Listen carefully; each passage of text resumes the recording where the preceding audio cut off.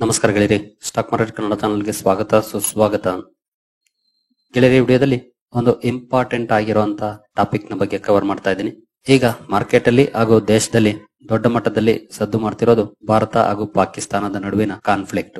ಯಾವುದೇ ಎರಡು ದೇಶಗಳ ನಡುವೆ ಸಮಸ್ಯೆಗಳು ಉಂಟಾದಾಗ ಅಲ್ಲಿ ಬಿಸ್ನೆಸ್ ಮಾಡುವಂತ ಕೆಲವು ಕಂಪನೀಸ್ ಕೂಡ ಸಮಸ್ಯೆಗಳಿಗೆ ಸಿಲುಕ್ತವೆ. ಈಗ ಈ ವಿಡಿಯೋದಲ್ಲಿ ನಾನು ಕವರ್ ಮಾಡ್ತಿರುವಂತಹ ಕಂಪನಿಗಳು ಬಾರ್ಡರ್ ಸ್ಟೇಟ್ಸ್ ಅಲ್ಲಿ ಬಿಸ್ನೆಸ್ ಅನ್ನ ಮಾಡ್ತಿರುವಂತಹ ಕಂಪನಿಗಳು, ಜೊತೆಗೆ ಅಲ್ಲಿ ತಮ್ಮ ಪ್ಲಾಂಟ್ ಗಳನ್ನ ಹೊಂದಿದ್ದಾವೆ. ಅಲ್ಲಿಂದ ಸಾಕಷ್ಟು ರೆವಿನ್ಯೂ ಬರ್ತಾ ಇದೆ. ಅಂದ್ರೆ ಪಾಕಿಸ್ತಾನದಿಂದ ಅಲ್ಲ, ಭಾರತದಿಂದಾನೇ ಬರ್ತಾ ಇರೋದು.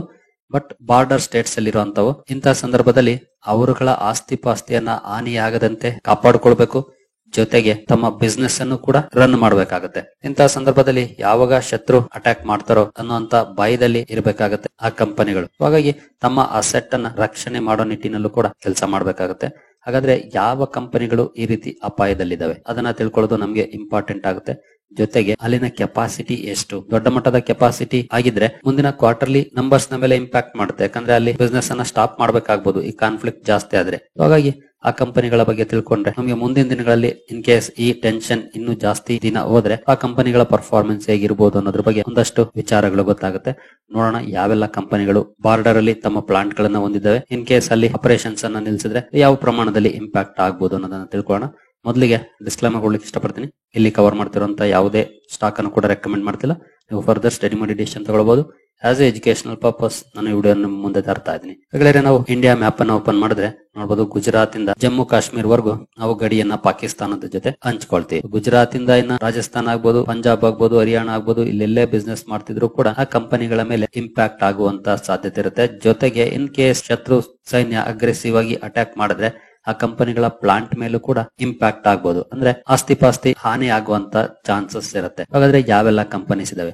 ಮೊದಲನೇದಾಗಿ ನೋಡೋದಾದ್ರೆ Adani ports and special economic zone. Adani ports ನಿಮ್ಗೆ ಗೊತ್ತಿದೆ, ದೇಶದ ತುಂಬಾ ಇವರ ಆಪರೇಷನ್ಸ್ ಇದೆ. ಸಾಕಷ್ಟು ಪೋರ್ಟ್ ಗಳಿದಾವೆ ಅದಾನಿ ಗ್ರೂಪ್. ನೀವು ಇಲ್ಲಿ ನೋಡಬಹುದು ಚಾರ್ಟ್ ಅಲ್ಲಿ, ಪಿಕ್ಚರ್ ಅಲ್ಲಿ. ಆದ್ರೆ ಅದಾನಿ ಗ್ರೂಪ್ ನ ಸಾಕಷ್ಟು ವ್ಯವಹಾರ ಗುಜರಾತ್ ಪೋರ್ಟ್ ಗಳಲ್ಲಿ ಆಗುತ್ತೆ. ಅದರಲ್ಲೂ ಮುಂದ್ರಾ ಪೋರ್ಟ್ ದೊಡ್ಡ ಮಟ್ಟದಲ್ಲಿ ಕಾಂಟ್ರಿಬ್ಯೂಷನ್ ಅನ್ನ ಮಾಡುತ್ತೆ. ಏನು ಇಷ್ಟು ಎಲ್ಲಾ ಪೋರ್ಟ್ಸ್ ಇದಾವೆ ಅದಾನಿ ಗ್ರೂಪ್ ಅಂಡರ್. ಇದರ ಒಟ್ಟು ವಾಲ್ಯೂಮ್ಸ್ ಏನಿರುತ್ತೆ ಅದರಲ್ಲಿ 41% ವಾಲ್ಯೂಮ್ಸ್ ಅನ್ನ ಗುಜರಾತ್ ನ ಪೋರ್ಟ್ ಗಳೇ ಹ್ಯಾಂಡಲ್ ಮಾಡ್ತವೆ. ದಹೇಜ್ ಆಗ್ಬೋದು, ಮುಂದ್ರಾ ಆಗ್ಬೋದು, ಇನ್ನಿತರೆ ಪೋರ್ಟ್ ಗಳು 41% ಕೆಪಾಸಿಟಿಯನ್ನ ಹೊಂದಿದ್ದಾವೆ. ಅದಾನಿ ಗ್ರೂಪ್ ನ ಟೋಟಲ್ ಕೆಪಾಸಿಟಿಯನ್ನ ತಗೊಂಡ್ರೆ 41% ಇಲ್ಲೇ ವಾಲ್ಯೂಮ್ಸ್ ಇರುತ್ತೆ.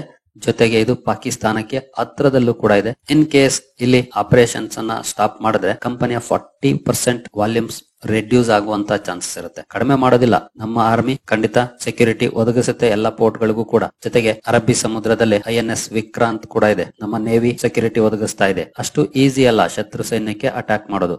ಬಟ್ ಒಂದು ಥ್ರೆಟ್ ಅಂತೂ ಇದ್ದೇ ಇರುತ್ತೆ ಬಾರ್ಡರ್ ಸ್ಟೇಟ್ ಗಳಲ್ಲಿ ಕೆಲಸ ಮಾಡುವಂತಹ ಕಂಪನಿಗೆ. ಜೊತೆಗೆ 40% ಕಂಪನಿಯ ವಾಲ್ಯೂಮ್ಸ್ ಇಲ್ಲೇ ಇರುತ್ತೆ ಅಂದ್ರೆ ಅದು ಬಿಗ್ ನಂಬರ್ಸ್ ಆಗುತ್ತೆ. ನಾವು ಅದಾನಿ ಪೋರ್ಟ್ಸ್ ಅನ್ನ ವಾಚ್ ಔಟ್ ಮಾಡ್ಬೇಕಾಗುತ್ತೆ.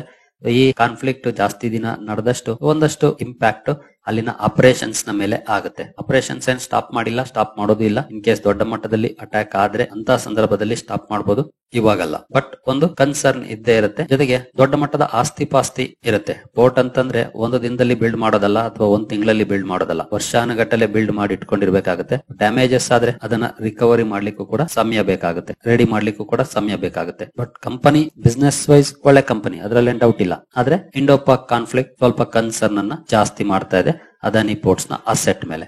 ಇನ್ನು ಎರಡನೇ ಕಂಪನಿಗೆ ಬರೋದಾದ್ರೆ ರಿಲಯನ್ಸ್ ಇಂಡಸ್ಟ್ರಿ. ನಿಮ್ಗೆ ಗೊತ್ತಿದೆ ರಿಲಯನ್ಸ್ ಇಂಡಸ್ಟ್ರೀಸ್ ಕೂಡ ಒಂದು ಗುಜರಾತ್ ಬೇಸ್ಡ್ ಕಂಪನಿ, ಜಾಮ್ನಗರ್ ಅಂತಾನೆ ಕರೀತಾರೆ. ಯಾಕಂದ್ರೆ ಜಾಮ್ನಗರ್ ಅಲ್ಲಿ ದೊಡ್ಡ ಮಟ್ಟದ ರಿಫೈನರಿಯನ್ನ ರಿಲಯನ್ಸ್ ಇಂಡಸ್ಟ್ರೀಸ್ ಹೊಂದಿದೆ. 68 ಅಥವಾ ಅದಕ್ಕಿಂತ ಜಾಸ್ತಿ ಮಿಲಿಯನ್ ಟನ್ಸ್ ಪರ್ ಅನ್ನಮ್ ಕೆಪಾಸಿಟಿಯನ್ನ ಹೊಂದಿರುವಂತ ರಿಫೈನರಿ ಆಗಿದೆ. ಅದು ಇರೋದು ಗುಜರಾತ್ ಅಲ್ಲೇ. ಹಾಗಾಗಿ ಈ ಕಂಪನಿಯ ಮೇಲೂ ಕೂಡ ನಾವು ಫೋಕಸ್ ಇಡಬೇಕಾಗುತ್ತೆ. ಇನ್ ಕೇಸ್ ಜಾಸ್ತಿ ದಿನ ಈ ಕಾನ್ಫ್ಲಿಕ್ಟ್ ಮುಂದುವರೆದ್ರೆ ಅದು ಈ ಕಂಪನಿಯ ಎಸ್ಪೆಷಲಿ ಆಯಿಲ್ ಟು ಕೆಮಿಕಲ್ ಅಥವಾ O2C ಅಂತ ಏನ್ ಕರಿತೀವಿ ಆ ಬಿಸ್ನೆಸ್ ನ ಮೇಲೆ ಇಂಪ್ಯಾಕ್ಟ್ ಮಾಡುವಂತ ಚಾನ್ಸಸ್ ಇರುತ್ತೆ. ಹಾಗಾಗಿ ರಿಲಯನ್ಸ್ ಇಂಡಸ್ಟ್ರೀಸ್ ಮೇಲೂ ಕೂಡ ಫೋಕಸ್ ಮಾಡಬೇಕಾಗುತ್ತೆ. ಇದು ಕೂಡ ಸೆಕ್ಯೂರಿಟಿ ಕನ್ಸರ್ನ್ ಇದ್ದೇ ಇರುತ್ತೆ ಈ ಕಂಪನಿಗೂ ಸಹ. ಇನ್ನು ನೆಕ್ಸ್ಟ್ ಕಂಪನಿಗೆ ಬರೋದಾದ್ರೆ NHPC. ಇದು ಹೈಡ್ರೋ ಎಲೆಕ್ಟ್ರಿಕ್ ಪವರ್ ಸೆಗ್ಮೆಂಟ್ ಅಲ್ಲಿ ಕೆಲಸ ಮಾಡುವಂತ ಕಂಪನಿ. ಈ ಕಂಪನಿ ಹಲವಾರು ಪ್ರಾಜೆಕ್ಟ್ ಗಳಿದಾವೆ ಜಮ್ಮು ಅಂಡ್ ಕಾಶ್ಮೀರ್ ಅಲ್ಲಿ. ನಾವು ಕಂಪನಿಯ ವೆಬ್ಸೈಟ್ ಗೆ ಬಂದ್ರೆ ಎಲ್ಲೆಲ್ಲ ಇದಾವೆ ಅಂತ ನೋಡಬಹುದು. ಇಲ್ಲಿ ಹಿಮಾಚಲ್ ಪ್ರದೇಶನ ಕೆಲವೊಂದು ಕಡೆ ಇದೆ.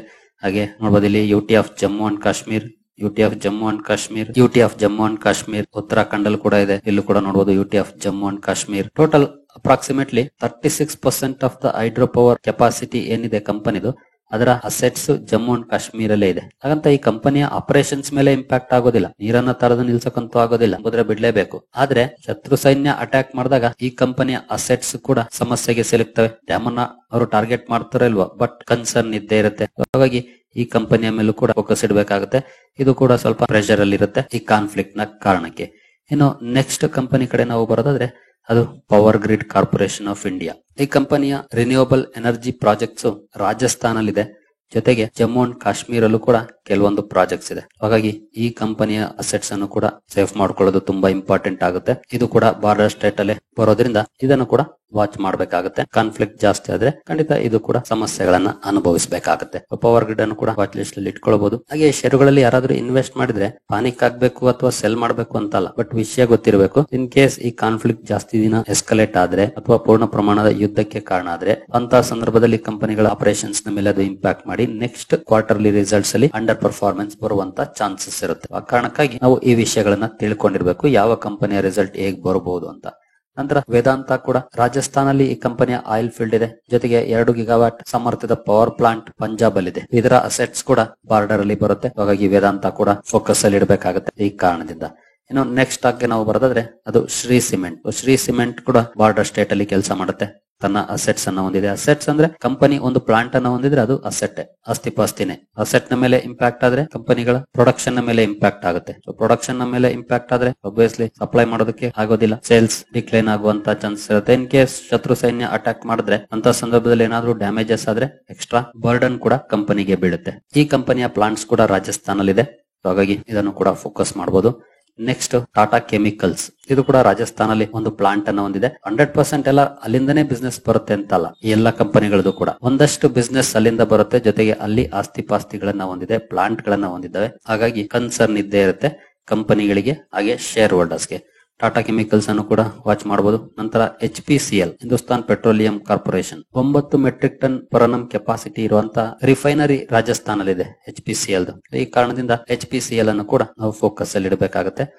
ಇಷ್ಟು ಷೇರುಗಳು ಮೇಜರ್ ಆಗಿರುವಂತವು. ಇನ್ನು ಸಣ್ಣ ಪುಟ್ಟ ಕಂಪನಿಗಳ ಅಸೆಟ್ಸ್ ಕೂಡ ಇರುತ್ತೆ, ಬಟ್ ಮೇಜರ್ ಆಗಿರುವಂತವು, ದೊಡ್ಡ ಮಟ್ಟದಲ್ಲಿ ಇಂಪ್ಯಾಕ್ಟ್ ಆಗಬಹುದಾಗಿರುವಂತವು. ಈ ಕಾನ್ಫ್ಲಿಕ್ಟ್ ಜಾಸ್ತಿ ದಿನ ಮುಂದುವರೆದ್ರೆ ಅಥವಾ ಶತ್ರು ಸೈನ್ಯದ ಅಟ್ಯಾಕ್ ಈ ಕಂಪನಿಗಳನ್ನ ಡ್ಯಾಮೇಜ್ ಮಾಡಿದ್ರೆ ಅದು ಖಂಡಿತ ಒಂದಷ್ಟು ಹಿನ್ನಡೆ ಆಗುತ್ತೆ ಈ ಕಂಪನಿಗಳಿಗೆ.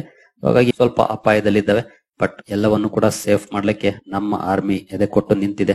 ಆರ್ಮಿಯ ಕಾರಣಕ್ಕೆ ನಾವಿವತ್ತು ಸೇಫ್ ಆಗಿ ಇದ್ದೀವಿ. ಇವೆಲ್ಲವೂ ಕೂಡ ದೇಶದ ಆಸ್ತಿ ಪಾಸ್ತಿಗಳೇ, ಅದನ್ನ ಸಕ್ಸಸ್ಫುಲ್ ಆಗಿ ಸೇಫ್ ಮಾಡೇ ಮಾಡುತ್ತೆ. ಸಣ್ಣ ಪುಟ್ಟ ಡ್ಯಾಮೇಜಸ್ ಆದ್ರೆ ಅದು ಕಾಮನ್, ಅದನ್ನ ಸರಿ ಕೂಡ ಪಡಿಸ್ಕೊಳ್ಬಹುದಾಗಿರುತ್ತೆ ಮುಂದಿನ ದಿನಗಳಲ್ಲಿ. ಮೇಜರ್ ಆಗಿರುವಂತಹ ಕಂಪನೀಸ್ ಇವುಗಳು. ಮೊದಲನೇದಾಗಿ ಅದಾನಿ ಪೋರ್ಟ್ಸ್, ಎರಡನೇದು ರಿಲಯನ್ಸ್ ಇಂಡಸ್ಟ್ರೀಸ್, ನಂತರ NHPC, ನಂತರ ಪವರ್ ಗ್ರಿಡ್ ಕಾರ್ಪೊರೇಷನ್, ವೇದಾಂತ, ನಂತರ ಶ್ರೀ ಸಿಮೆಂಟ್, ಹಾಗೆ Tata chemicals, HPCL. In case ಈ ಯಾವುದೇ ಶೇರ್ ಅಲ್ಲಿ ಇನ್ವೆಸ್ಟ್ ಮಾಡಿದ್ರೆ ಕಂಪನಿಗಳ ಅನೌನ್ಸ್ಮೆಂಟ್ ಗಳನ್ನ ನೋಡ್ತಾ ಇರಿ. ಇನ್ ಕೇಸ್ ಏನಾದ್ರೂ ಶತ್ರು ಸೈನ್ಯ ಅಟ್ಯಾಕ್ ಮಾಡಿದ್ರೆ, ಏನಾದ್ರು ಡ್ಯಾಮೇಜಸ್ ಆದ್ರೆ ಅನೌನ್ಸ್ಮೆಂಟ್ ಗಳಲ್ಲಿ ತಿಳಿಸ್ತವೆ ಕಂಪನೀಸ್, ಅಥವಾ ಆಪರೇಷನ್ಸ್ ಏನಾದ್ರೂ ಸ್ಟಾಪ್ ಮಾಡಿದ್ರು ಕೂಡ ಅನೌನ್ಸ್ಮೆಂಟ್ ಅಲ್ಲಿ ತಿಳಿಸ್ತವೆ. ಇನ್ ಕೇಸ್ ಏನಾದ್ರೂ ಆ ರೀತಿ ಆಪರೇಷನ್ ಸ್ಟಾಪ್ ಆದ್ರೆ ಅದರಿಂದ ಮುಂದೆ ಬರುವಂತ Q1 ರಿಸಲ್ಟ್ ನ ಮೇಲೆ ಒಂದಷ್ಟು ಇಂಪ್ಯಾಕ್ಟ್ ಇರುತ್ತೆ. ಹಾಗಾಗಿ ಮುಂದಿನ ದಿನಗಳ ರಿಸಲ್ಟ್ಸ್ ಹೇಗೆ ಬರ್ಬೋದು ಅನ್ನೋದ್ರ ಬಗ್ಗೆ ಒಂದಷ್ಟು ಇನ್ಪುಟ್ಸ್ ನಮಗೆ ಸಿಗುತ್ತೆ. ಇನ್ ಕೇಸ್ ಆ ರೀತಿ ಏನಾದ್ರು ಆಪರೇಷನ್ಸ್ ಗೆ ತೊಂದರೆ ಆದ್ರೆ. ಇನ್ ಕೇಸ್ ಯಾವುದೇ ರೀತಿ ತೊಂದರೆ ಆಗ್ಲಿಲ್ವಾ, ಈ ಸಮಸ್ಯೆ ಬೇಗ ತೀರ್ತಾ, ನಥಿಂಗ್ ಟು ವರಿ. ಬಟ್ ಮಾಹಿತಿ ಇರ್ಲಿ, ಪಾನಿಕ್ ಆಗುವಂತ ಅವಶ್ಯಕತೆ ಇಲ್ಲ ಅಷ್ಟೇ. ಜೊತೆಗೆ 100% ಬಿಸ್ನೆಸ್ ಏನ್ ಅಲ್ಲಿಂದನೇ ಬರೋದಿಲ್ಲ.